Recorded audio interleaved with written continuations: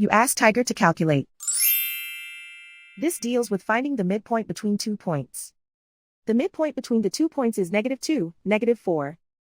Let's solve it step by step. Plot the 2 points and calculate the midpoint using the formula. The coordinates of point 1 are x1 equals -2, y1 equals -4. The coordinates of point 2 are x2 equals -2, y2 equals -4. PM represents the midpoint of the 2 points.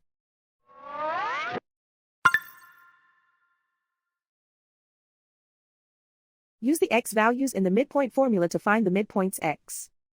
x1 equals -2. x2 equals -2. Simplify the arithmetic.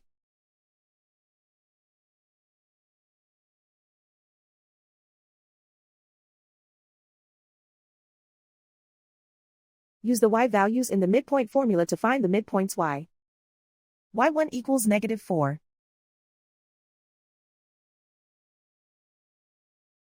y2 equals -4. Simplify the arithmetic.